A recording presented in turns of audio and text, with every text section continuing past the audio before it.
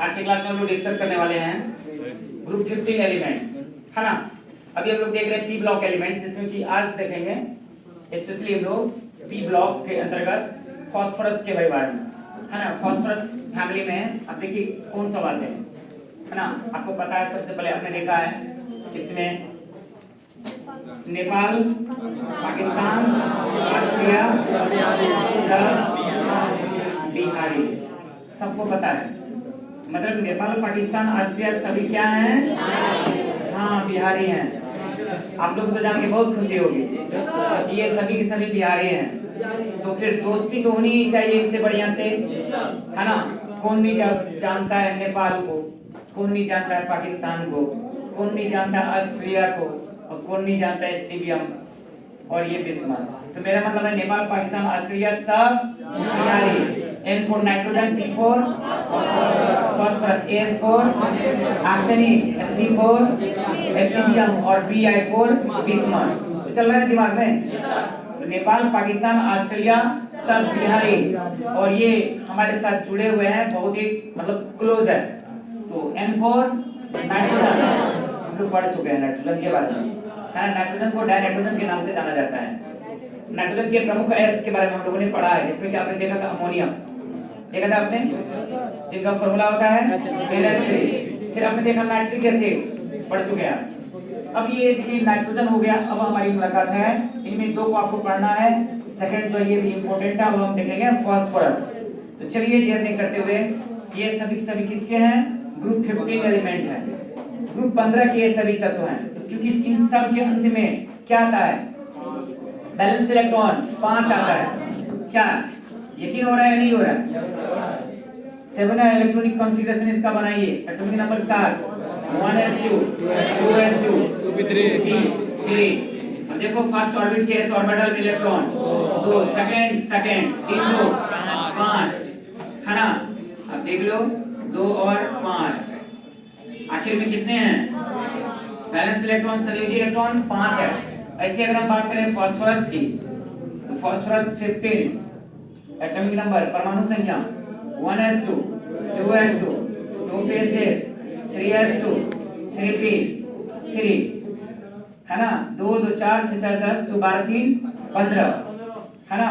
तो देखिए फर्स्ट में कितने हैं? 2, सेकंड वाले में 8 और थर्ड वाले में 5। कॉमन क्या लग रहा है आपको? 2 8 5 कॉमन। देखिए दोनों में क्या है? Balance electron. आप देखो यहाँ भी, आप देखो 5 आया, यहाँ भी 5 आया, इसके बाद वाला भी आएंगे तो उसमें भी 5 आएगा, इसमें भी 5 आएगा, इसमें भी 5 आएगा। मतलब किसी भी पार्टिकुलर ग्रुप में जाओगे, किसी भी खास ग्रुप में जाओगे, either you move from top to bottom or bottom to top, है ना। ऊपर से नीचे आए या नीचे से ऊपर जाएंगे, तो आपको दो चीज समान मिलेगी, एक तो बैलेंस इलेक्ट्रॉन और दूसरा बैलेंसिंग। तो यहाँ पे देखिए बैलेंस इलेक्ट्रॉन सभी में कितने हैं? 5 दिख रहा है ना, कोई परेशानी? अंतर एक चीज लग रहा है, यहाँ पे ऑर्बिट की संख्या 2 है, पहला दूसरा KL, यहाँ देखिए पहला दूसरा तीसरा। तो इसमें कितने हैं ऑर्बिट? 2, इसमें 3, इसमें। तो देखा आपने, जैसे जैसे हम लोग ऊपर से नीचे की ओर आते हैं, है ना, क्या होता है? एटॉमिक साइज में वृद्धि होती है। मतलब परमाणु के आकार में क्या होता है? वृद्धि होता है। इसका उल्टा कर दो आप, अगर आप नीचे से ऊपर की ओर जाओगे तो एटॉमिक साइज में क्या होगी? कमी आएगी। इस परिवार में हम बात करें ग्रुप 15 एलिमेंट्स में, अगर बात करें तो सबसे छोटा साइज किसका होगा? नाइट्रोजन का। और अभी जो हमारे पास दिया हुआ इन पांचों में अगर बात करें, सबसे बड़ा कौन होगा? सेकंड स्मॉलेस्ट कौन होगा? फास्फोरस होगा।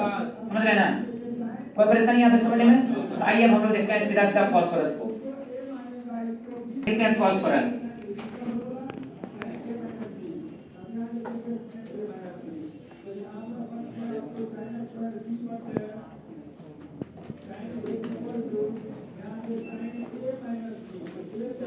फास्फोरस के बारे में आप जानते हैं, इसका सिंबल क्या होता है? P, है ना।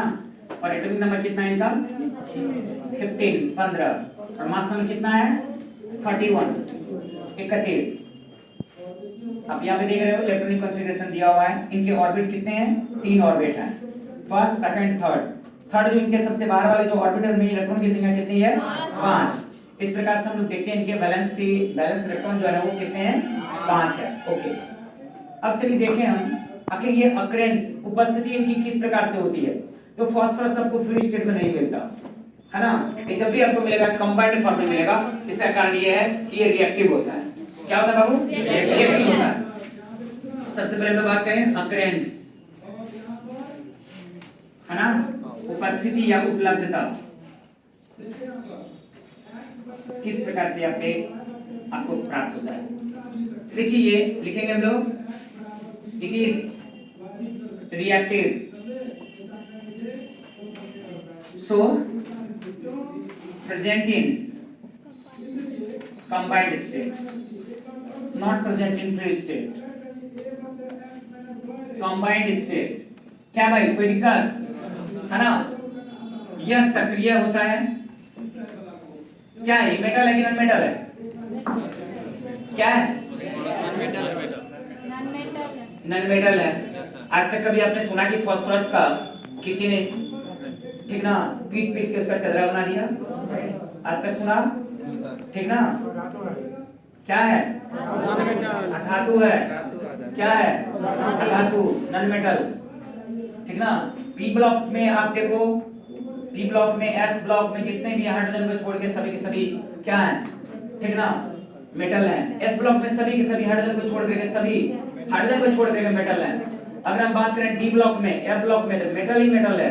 ठीक ना? पी ब्लॉक में अगर हम जाएंगे तो आपको मेटल भी है, नॉन मेटल भी है, मेटल वाइड भी है, मतलब आपको तीनों मिल जाते हैं। चलिए तैयार। सक्रिय होते हैं,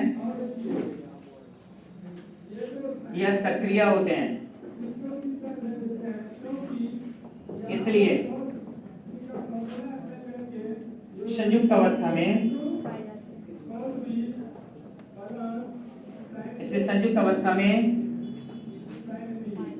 पाए जाते हैं। मेटल के लिए एक बहुत बड़ी पहचान ये एक और है, ठीक ना? क्या मालूम? मेटल की सबसे बड़ी पहचान ये है, उससे तो बहुत सारे प्रॉपर्टी है, लेकिन एक इसमें ये भी है कि मेटल जो होता है ना वो कैटायन बनाते हैं।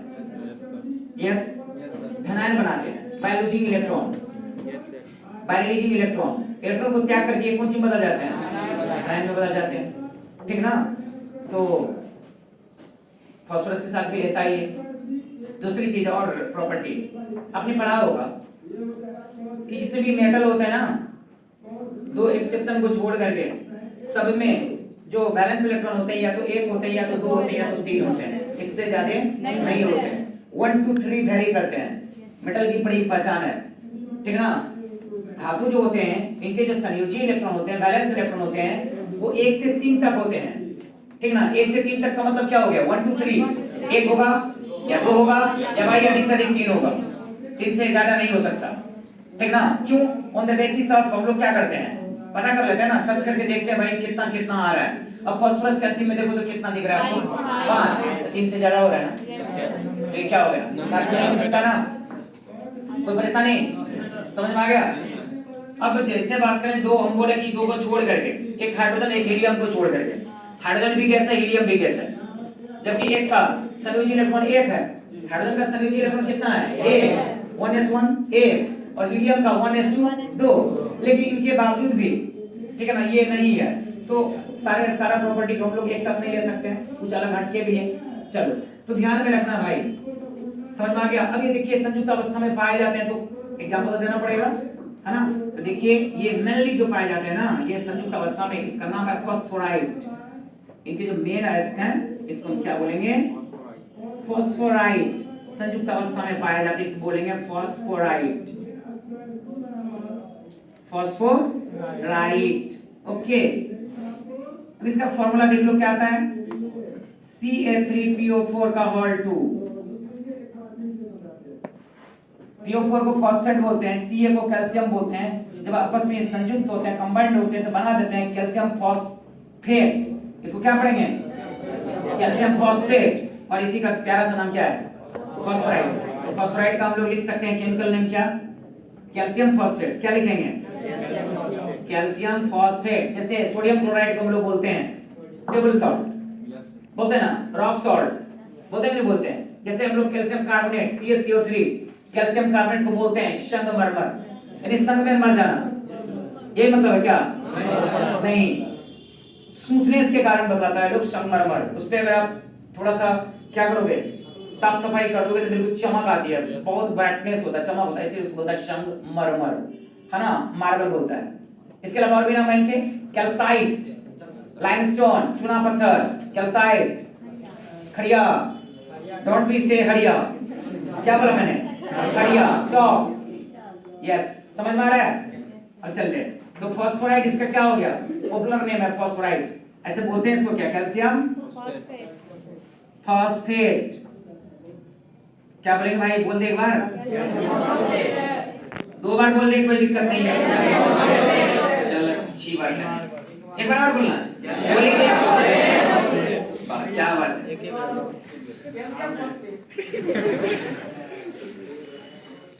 बोलते हैं ना कि जिनके बारे में बार बार हम लोग बोलते हैं ना, बोलने के बाद जो हमारी आवाज होती है वो गूंजती है, कहीं न कहीं आसमान के नीचे इस जहां में गूंजती रहती है, और सच जब करेंगे तो पक्का तो जो हमारे तक पहुंच जाएगी, क्योंकि हम बोले हैं तो हमारे बोलने से तो आएगा ही आएगा। कोई बोले बुलाए तो आएगा नहीं, लेकिन हम बोलेंगे तो आएगा, मतलब आएगा मैंने चल के आएगा। कैसे? हाथ पैर होता है क्या?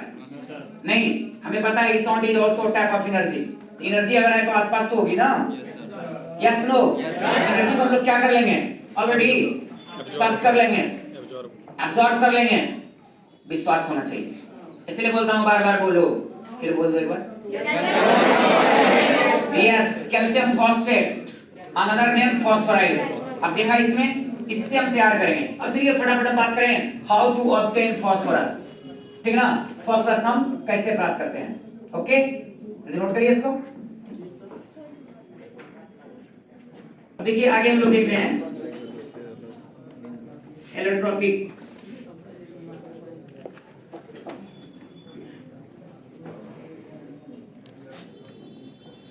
form of phosphorus, allotropic form of phosphorus. Phosphorus के अपरूपता के आधार पर प्रकार। अपरूपता जानते हैं सब, ठीक ना? समान तत्व के वैसे परमाणु, ठीक है ना? तत्व एक ही होगा, जिनके भौतिक गुण अलग अलग होते हैं, लेकिन रासायनिक गुण क्या होते हैं? केमिकल प्रॉपर्टी समान होते हैं, ठीक है? उसको हम लोग आपस में क्या बोलते हैं? एलोट्रोप बोलते हैं। क्या बोलते हैं उसको? एलोट्रोप। अंग्रेजी में और हिंदी में उसको बोलते हैं अप्रूव, और इस गुण को बोलते हैं हम लोग अपरूपता, एलोट्रोपी। तो देखिए अपरूपता के आधार पर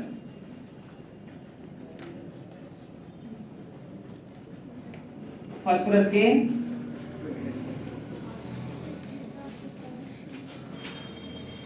प्रकार। Electronic form of phosphorus mainly ये दो प्रकार के होते हैं, मेनली बात कर रहा हूं। It is mainly two types, it is mainly two types. मुख्य रूप से ये कितने प्रकार के होते हैं? दो प्रकार के होते हैं। आप लिख सकते हो यहां पे, it is mainly two types. एक को बोलेंगे व्हाइट फास्फोरस, इसी का दूसरा नाम है येलो फास्फोरस। हम एक साथ कर देते हैं, व्हाइट या येलो फास्फोरस, व्हाइट और येलो फास्फोरस, इसी बोलेंगे क्या बोलेंगे? श्वेत या पीला फास्फोरस, श्वेत या पीला फास्फोरस। और दो नंबर में आइए, ठीक ना? दो नंबर में अगर बात करें तो रेड फास्फोरस, रेड फास्फोरस,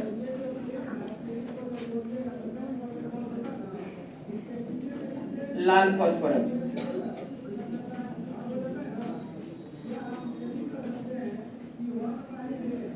इसके अलावा भी होते हैं black phosphorus, violet phosphorus etcetera, लेकिन हमारा मेनली किस पे फोकस है?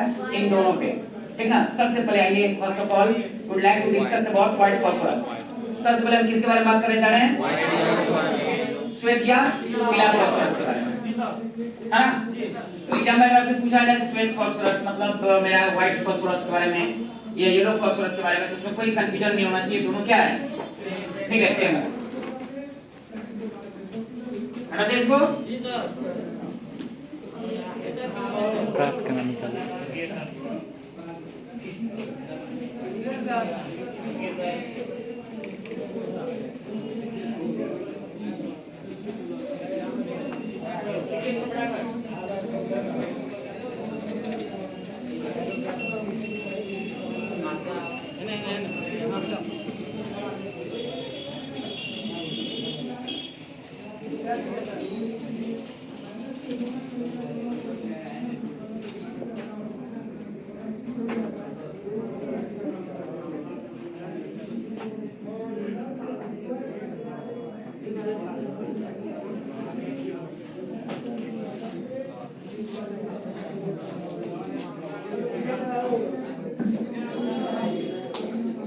अब यहाँ देखिए, सबसे पहले आइए हम लोग डिस्कस करेंगे। फर्स्ट कौन सा है, व्हाइट या येलो फास्फोरस।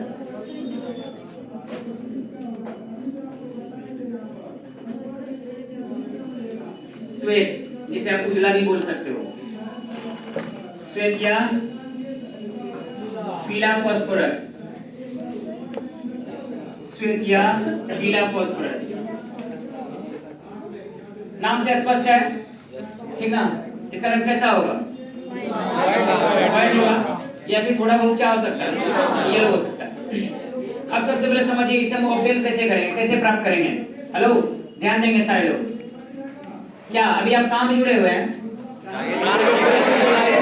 सबको पता है टारगेट भी जुड़े हुए हैं, है ना? चलिए, वेलकम है आपका टारगेट के इस चैनल पे, ठीक ना? सभी व्यूअर्स हमारे साथ जुड़ कर अपने अपने बेहतर कमेंट करेंगे। मतलब बेहतर कमेंट का मतलब कमी को भी बताएंगे और अगर अच्छा लगे तो कुछ अच्छा भी बताएंगे। हाँ बिल्कुल, आप लाइव में हैं।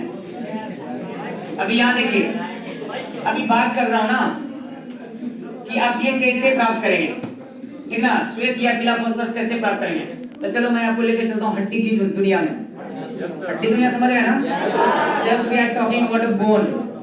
सबसे पहले हम लोग क्या करते हैं, हड्डी लेते हैं, ठीक ना?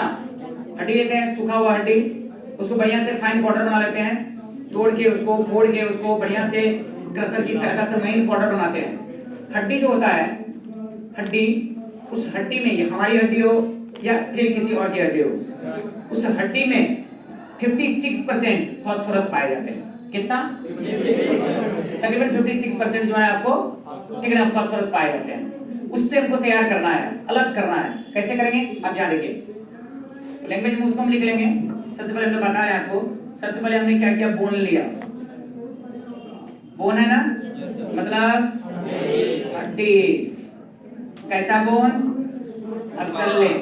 अब बोन क्या बन गया, बोन पाउडर। क्या बन गया, हड्डी का बोल दे चूरमा, हड्डी का चूर्ण बना लिया। क्या बात है, उसमें नमक तेल मिला के किसी को परोस नहीं देना है। अब चल, बहुत हो गया मजाक। अब यहाँ पे देख ले भाई, तो सबसे पहले आपको जैसे भी बनाना, हड्डी का चूर्ण बना लिया। अब इस हड्डी को, चूर्ण को हम लोग क्या करेंगे, ठीक है ना, एक बंद रिटॉर्ट में दे करके, लोहे के बर्तन में देकर उसको हम लोग गर्म करेंगे, ताकि उसमें से जो जलवाष्प वगैरह, जो पानी वगैरह है ना, वो सब क्या हो जाए, उड़ जाए। हाँ, बढ़िया से उसको फ्राई कर देंगे। जैसे चावल को फ्राई करते हैं तो मुड़ी बन जाती है, थोड़ा बड़ा फ्राई करते हैं बिना स्टाइल का, बिना कोई ढंग का, तो गुज्जा बन जाता है। बिहारी हो तो आपको पता होगा गुज्जा के बारे में। कितने लोगों को पता है? अरे भाई एक बार बता दीजिए, हमारे व्यूअर्स तो हमारे साथ लाइव में जुड़े हुए हैं यहाँ फटाफट। हाँ, कितने लोग जान रहे हैं? क्या बात है, क्या बात है। इधर भी दिखा दीजिए, ठीक है ना, सभी लोग जान रही है। ओके ओके ओके, सबको पता है। अच्छा एक चीज और आपसे मेरा सवाल, अच्छा उसको स्पेशली उस चावल को, जिसको बोलते हैं मुड़िया चावल, उसको विशेष करके जब चावल बनाया जाता है उस तरीके से, तब उससे क्या बनता है? तो मुड़ी जो होता है ना, आप देखेंगे वो आकार में बड़ा होता है, होलो होता है, होलो खोखला होता है, थोड़ा मतलब बिल्कुल पोरस होता है। है नहीं है? Okay okay. और मुड़ी की एक खास बात है, अगर मुड़ी को निकाल के बाहर में रख दो कहीं भी खुला में, तो थोड़ी देर के बाद आप देखिएगा उसका आकार छोटा हो जाता है। बहुत बड़ी बात है। इसका मतलब ये हुआ कि नमी को, एटमॉस्फेयर में जो नमी है, वायुमंडल में हवा में जो नमी है उसको वो देती है, और मजा आपका दोगुना नहीं आधा हो जाएगा। अब जब आप उसे खाओगे तो कुरकुर का आवाज नहीं आएगा, बिल्कुल ऐसा हड्डी जैसा नहीं आ रहा ना। Okay okay okay. अब चलिए हम आपको सीधे लेके चलते हैं यहाँ पे हड्डी का क्या करना था। हड्डी को हम लोग क्या करेंगे, इसको जलाएंगे, ठीक है ना, इसको जलाएंगे कैसे, गर्म करके, तो ये कन्वर्ट कर जाएगा, इसको हीट करेंगे ना बढ़िया से, भुरभुरा हो जाएगा, तब इसे बोलेंगे बोन एस। क्या बोलेंगे? बोन एस मतलब हड्डी का राख। कुछ समझ में आया?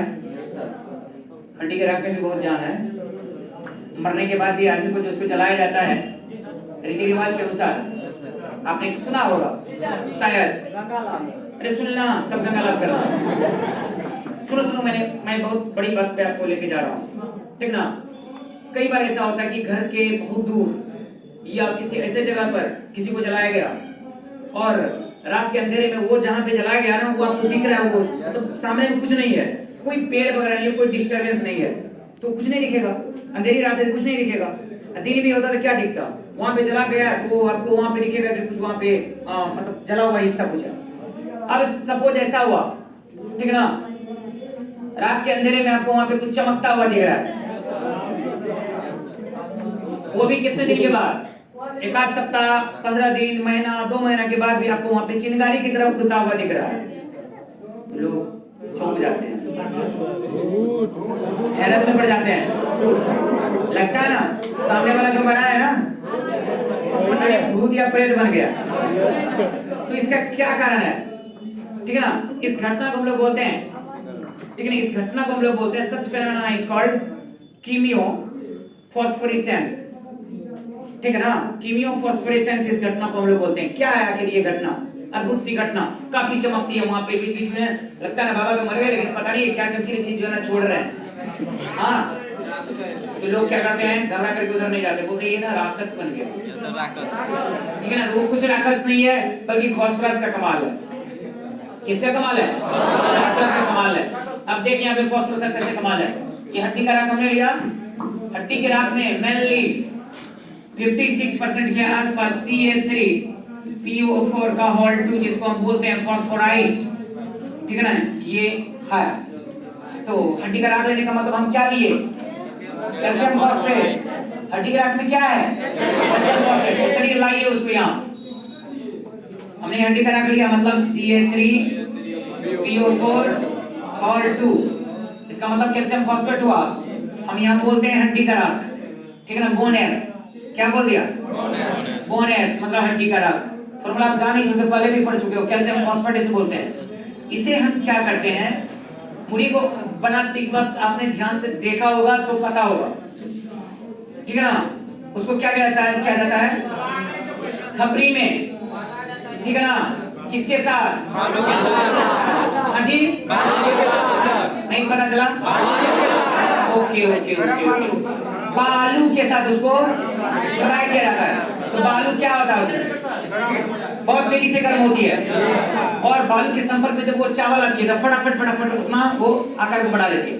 सेम हम भी यहाँ बालू लेंगे, मजाक नहीं कर रहे हैं, बिल्कुल सही बोल रहे हैं, ठीक है ना। चल हमने यहाँ पे बालू ले लिया, SiO2 that is also called sand, बालू, रेत, ओके, समझ रहे ना, शिल्का। हमने क्या किया, ये बालू लिया, सैंड मतलब, ठीक है ना, बालू लिया, इसके साथ इसको क्या करेंगे, बढ़िया से फ्राई कर देंगे। चलिए इसको गर्म कर दिया।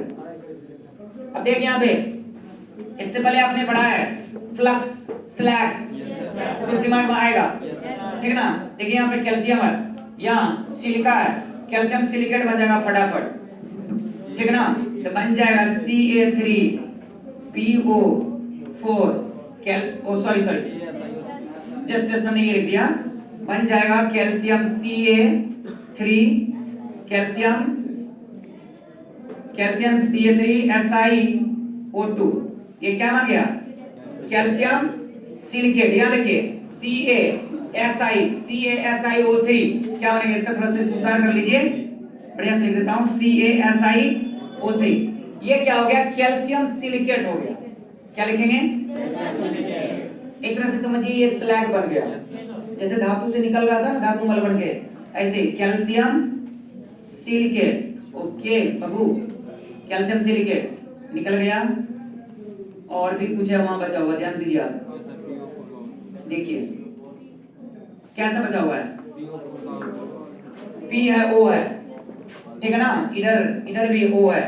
तो देखो यहाँ एक चीज और आ जाता है, P4O10। इससे आप कट करोगे तो 2 4 2 पंचे 10, या हम इसी को लिख सकते हैं और करके P2O5। इसे बोलेंगे फास्फोरस पेंटाऑक्साइड। क्या बोलेंगे? चलिए भाषा में हम लोग क्या बोलेंगे इसको? लिखाएंगे बाद में, पहले समझ लेते हैं। सबसे पहले हम लोग क्या करते हैं, हड्डी का चूर्ण लेते हैं, इसे हम लोग हड्डी के राख में बदल लेते हैं। हड्डी के राख में कैल्शियम फॉस्फेट पाए जाते हैं। अब हड्डी के राख को बालू के साथ जब गर्म किया जाता है तो कैल्शियम सिलिकेट एवं फास्फोरस पेंटाऑक्साइड प्राप्त होती है। ओके, क्या नाम लिखेंगे इसका? फास्फोरस पेंटा ऑक्साइड, इसका नाम हो गया फास्फोरस पेंटा ऑक्साइड। यहां तक समझने में किसी तरह की परेशानी बताइए? नहीं ना, कोई परेशानी नहीं है। एक लाइन और हम बात करेंगे। अब वो आप P4O10 लो,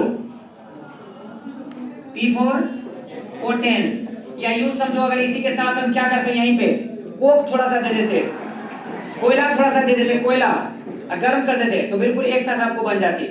फिलहाल हम आपको रिएक्शन को बायफरकेट करके अलग करके दिखा रहे हैं। हमने क्या किया, P4O10 लिया और इसके साथ थोड़ा सा कोयला ले लेंगे। कोयला समझ रहा है ना, कार्बन की बात कर रहा हूं, या कोक ले लो या चारकोल ले लो, C है ना, दिस सब कार्बन। ये कौन है? कार्बन है भाई। गर्म कर दीजिए इससे। देखिए बड़े प्यार से क्या बनेगा। कार्बन क्या है? रिड्यूसिंग एजेंट है, पता है आपको? अब कारक पदार्थ होता है। रिड्यूसिंग एजेंट हम लोग किसको बोलते हैं? A substance which goes under the process of oxidation. वैसे पदार्थ जिसका ऑक्सीकरण होता है उसे अब कारक पदार्थ कहते हैं। उल्टा तो इसका क्या होगा? ऑक्सीकरण होगा। ये O के साथ मिल जाएगा, पूरी के पूरे को छांट लेगा, अलग कर लेगा, बच जाएगा प्यारा सा आपको फास्फोरस। देख क्या बन गया? P4 और CO। This is called carbon monoxide. क्या बोलेंगे इसको? Carbon monoxide. This is carbon monoxide. ये कार्बन मोनोऑक्साइड गैस बन जाती है जो कि काफी जहरीली गैस है, पॉइजनस गैस है। बैलेंस करना चाहेंगे आप? कर दो। यहाँ देख भाई, फास्फोरस यहाँ 4 है, 4 है, बढ़िया। ऑप्शन 10 है, वहाँ ऑप्शन 1 का, तो 10 से क्या करो? मल्टीप्लाई कर दो। कर दिया? इसके चक्कर में आपको यहाँ भी क्या करना पड़ेगा? 10 करना पड़ेगा, ठीक ना? चलिए एक बार और अलग बात कर ले फटाफट।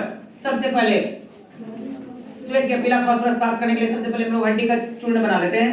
It is made to be fine powder, then it is converted into bones. तब इसको हम लोग क्या करते हैं? गर्म करके हड्डी के राख में बदल लेते हैं। हड्डी के राख में, बोनेस में कैल्शियम फॉस्फेट पाए जाते हैं। याद रहेगा तो बोलेगा 56% होता, नहीं याद रहेगा तो बात खत्म है, ठीक ना? अब बोनेस को हम क्या करते हैं? उसमें बालू और कोक मिला करके गर्म कर देते हैं। क्या मिलाते हैं भाई? बालू एवं कोक के साथ उसको गर्म कर देते हैं, जिसके फलस्वरूप हमें बड़ी खूबसूरत अंदाज में क्या प्राप्त होती है? फास्फोरस प्राप्त होती है। कौन सा फास्फोरस? श्वेत फास्फोरस। यहाँ लिख दो, ठीक ना? व्हाइट फास्फोरस, श्वेत फास्फोरस लिख सकते हैं आप। व्हाइट फास्फोरस साथ साथ कार्बन मोनोऑक्साइड गैस बनी, ये क्या होगा? गैस उड़ जाएगा, बच गया आपको क्या? श्वेत phosphorus. Okay, be noted.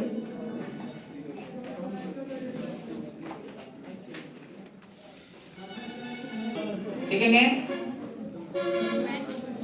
at first bone powder is converted into bones. At first bone powder is converted into bone S.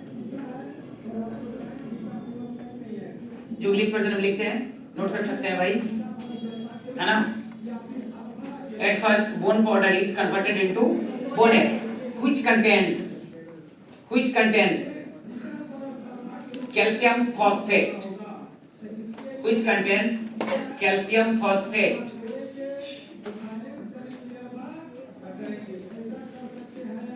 Now bone S is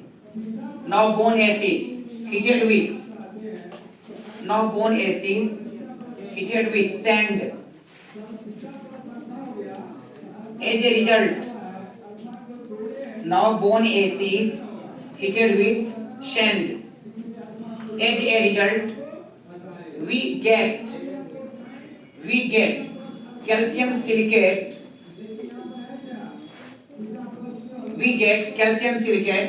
And phosphorus pentaoxide.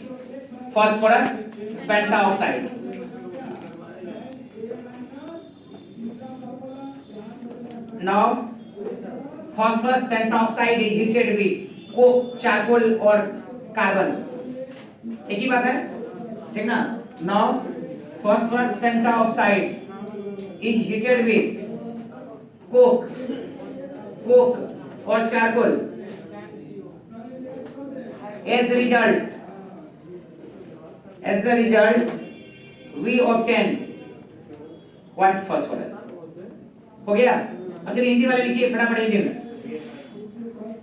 श्वेत फास्फोरस प्राप्त करने के लिए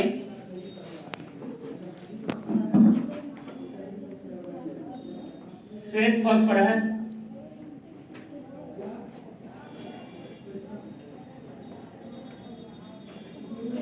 प्राप्त करने के लिए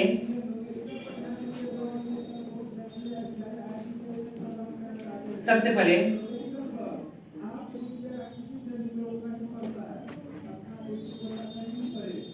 हड्डी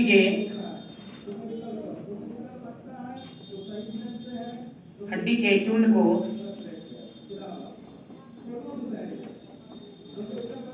हड्डी के राख में बदला जाता है, परिवर्तित किया जाता है। हड्डी के रक्त में क्या किया जाता है? बदला जाता है या परिवर्तित किया जाता है, जिसमें कैल्शियम फॉस्फेट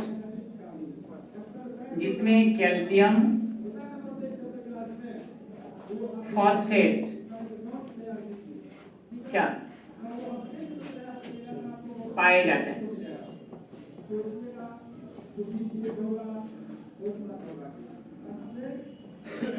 अब इस हड्डी के राख को राख अर्थात कैल्शियम फॉस्फेट को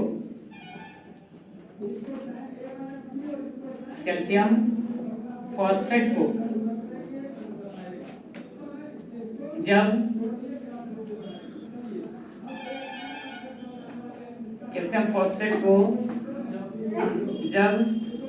बालू के साथ गर्म किया जाता है, सिलिका के साथ बालू के साथ गर्म किया जाता है,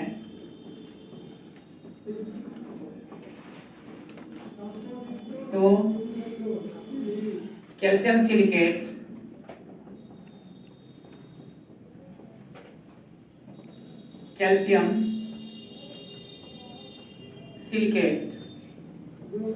एवं फास्फोरस पेंटाऑक्साइड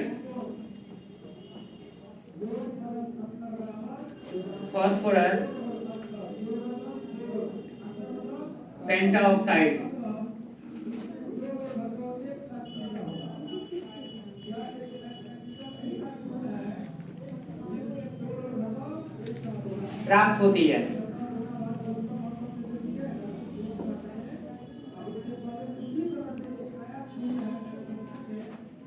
अंत में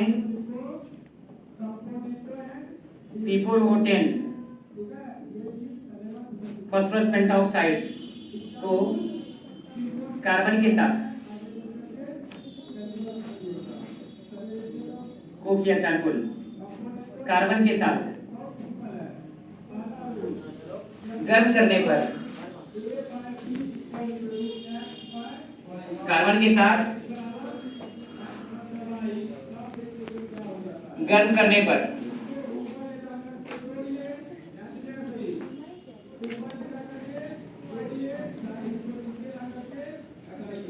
श्वेत फास्फोरस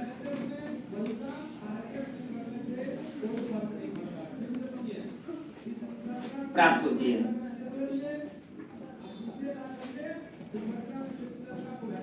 क्या बताइए, कोई दिक्कत समझने में? सबसे पहले हम लोग क्या करेंगे बाबू, फटाफट बताइए। जब आपको समझ में आ चुका है तो बोल सकते हो।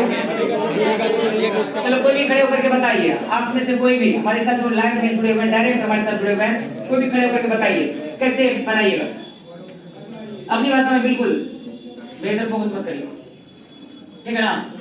बताइए। सबसे पहले हड्डी का चूर्ण लेंगे, राइट? गर्म करेंगे। हाँ, गर्म करेंगे। प्राप्त कर लेंगे। क्या कर लेंगे उसको? हड्डी के राख में बदल लेंगे। बढ़िया। कौन सी का हड्डी लीजिएगा? किसी का भी हड्डी ले सकते हैं। Okay, any sources we get हड्डी। ओके, बकरी का हड्डी मिल जाएगा, गधा का मिल जाएगा, कुत्ता का मिल जाएगा, कुछ भी मिलेगा, चलेगा। मींस हड्डी होना चाहिए, चलेगा। आगे बोलिए। हड्डी के राख को सिलिका के साथ गर्म करेंगे। हाँ, सिलिका क्या होता है? सिलिका SiO2 बालू होता है। SiO2 बालू होता है। ओके, उसके साथ गर्म करेंगे। फिर बालू के साथ गर्म करने के बाद हाँ जी, कैल्शियम सिलिकेट और फास्फोरस पेंटाऑक्साइड प्राप्त होता है। यस। फिर फास्फोरस पेंटाऑक्साइड को कार्बन के साथ गर्म करेंगे तो व्हाइट फास्फोरस। कार्बन का मतलब क्या है आपसे? Coke sir. कोक के साथ, यानी कोयला के साथ आप गर्म करेंगे। यस सर, कोक के साथ गर्म करेंगे तो व्हाइट फास्फोरस प्राप्त होगा। हाँ जी। और क्या करते हैं, कार्बन मोनोऑक्साइड गैस बन के उड़ जाएगी, है ना? तो चलिए एक जोरदार ताली होनी चाहिए इनके लिए। ओके, आपको बोलना है, चलिए बोलिए। Bond S powder, bond powder is second. सबसे पहले हम बॉन्ड पाउडर लेंगे, उसको हीट करेंगे तो उससे प्राप्त बॉन्ड एस प्राप्त होगा। उसके बाद बॉन्ड एस को सिलिका के साथ गर्म करने पे हमको कैल्शियम सिलिकेट प्राप्त होगा। हाँ जी। प्लस फास्फोरस पेंटाऑक्साइड प्राप्त होगा। उसके बाद फास्फोरस पेंटाऑक्साइड को चारकोल वो क्या चारकोल उसके हाँ साथ जी। गर्म करने पे white phosphorus plus carbon monoxide प्राप्त होगा। कार्बन मोनोऑक्साइड गैस बन के उड़ जाती है और हमें क्या प्राप्त हो जाता है? व्हाइट फास्फोरस प्राप्त हो जाता है ना? कोई परेशानी नहीं ना? कोई दिक्कत आप लोग को? चलिए बढ़िया, बहुत अच्छे से समझ गए ना?